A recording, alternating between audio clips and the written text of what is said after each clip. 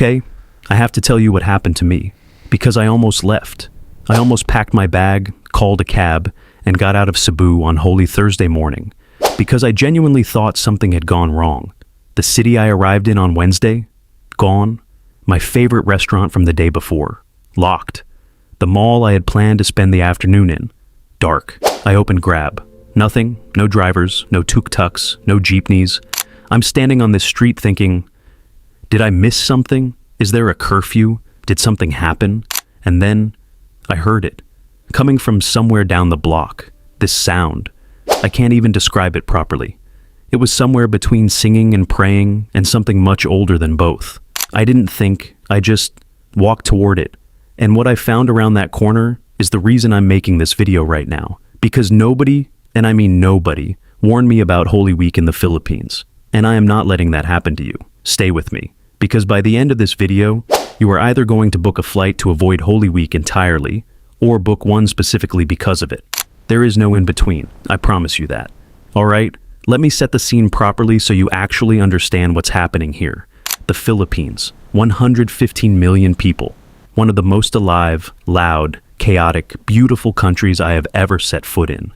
Jeepneys everywhere, music from every direction, food on every corner, and then Holy Week hits, and the whole thing just exhales. From Holy Wednesday through Black Saturday, malls close.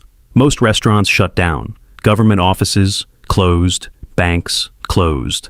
Public transport doesn't disappear completely, but good luck relying on it. And the highways?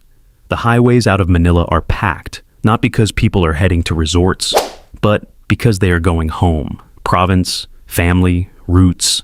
Now, here's what caught me completely off guard. I expected Holy Week to feel like a party, you know? Public holiday, everyone's off work, beach vibes, barbecue, that kind of thing. That is not what this is. This is something I genuinely did not have a category for before I experienced it myself. This country doesn't just observe Holy Week, it transforms during it, and once you see what it transforms into, you will never look at the Philippines the same way again. So, here's what I walked into that night, the Senakulo, a live reenactment of the Passion of Christ, not on a stage, not behind a barrier, not in a church, in the actual street. Real people, real costumes, real emotion pouring out of them in a way that made me feel like I was trespassing on something sacred. I stood there with my phone in my hand and I couldn't bring myself to film it. I just watched. But that's not even the part that stopped me cold. The part that stopped me cold was when I found out what happens every Good Friday in Pampanga, in a town called San Fernando. Men and women who have made a personal vow to God walk through the streets flagellating themselves, backs bare, in the heat, in public. And some of them go further. They get nailed to crosses, real nails, real wood.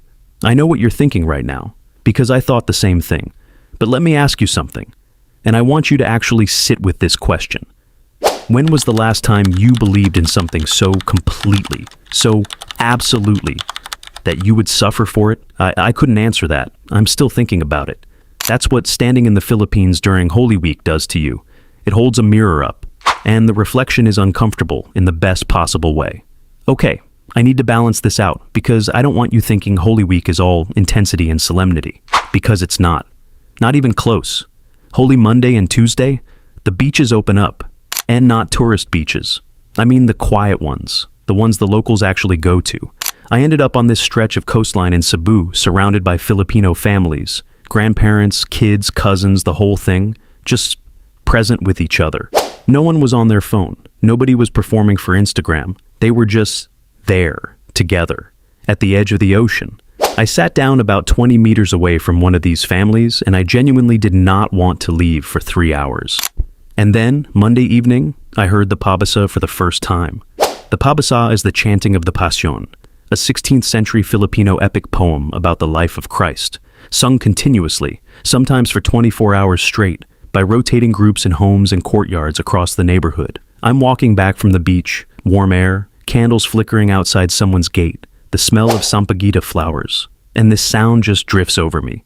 Something in me completely loosened, like a door I forgot was closed quietly swung open. I don't know how else to describe it.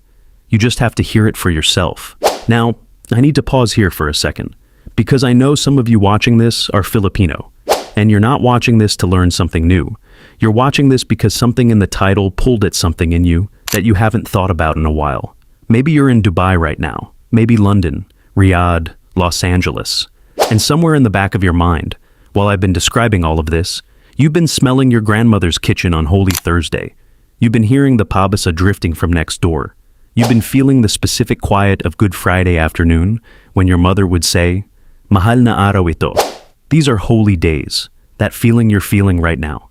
It has a name. It's called longing. And I have to tell you, as someone who experienced Holy Week from the outside, what you have back home is something genuinely rare. A people who refused, across centuries, across colonization, across everything the modern world threw at them, to let go of something sacred. That is not small. That is extraordinary. And if you haven't been home in years, maybe this is the sign. And if you're not Filipino, if you're watching this and feeling something you can't quite name, that pull you're feeling, that's the Philippines doing what it does best. It doesn't ask where you're from. It just asks if you're paying attention. Okay, real talk. Should you visit the Philippines during Holy Week? Here's my honest answer after living through it. If you want clubs and nightlife, no, hard no. If you need malls and busy restaurants every day, not the week for it. If you need grab at 7 a.m. every morning, plan very carefully. But if you want to witness something that most of the modern world has completely lost the ability to produce, if you want to sit on a beach and watch a family be genuinely present with each other without a single screen in sight, if you want to stand on a street at night and feel something ancient move through you that you will carry for the rest of your life, then yes, go. Book it specifically for Holy Week. Because here's what I keep coming back to. Even now, months later, I've traveled a lot. I have seen a lot of things in a lot of countries, and I have never, not once, felt more connected to the simple fact of being human than I did standing on that street in Cebu, listening to people pray in the dark. That's not something you find everywhere. That's not something you find most places. That is the Philippines, during the week that shuts everything down. Holy Week in the Philippines is not a tourist attraction. It is not designed for your camera. It is 115 million people carrying something real in their chests, across generations, across oceans, refusing to put it down. And if you are lucky enough to stand inside that for even 1 week, you will carry a piece of it too. I know I do. Now I want to hear from you. If you are Filipino, what is your most powerful Holy Week memory? The one that still lives in you right now. Drop it in the comments. I genuinely want to read every single one. And if you're not Filipino, would you visit the Philippines specifically during Holy Week after watching this? Tell me, yes or no, and why. In my next video, I'm going deeper into the Philippines that most people never see. The history, the identity, the soul of a nation that the world has seriously underestimated for far too long. If this video hit you even slightly, you do not want to miss what's coming. Hit subscribe, turn on the bell, and I'll see you there.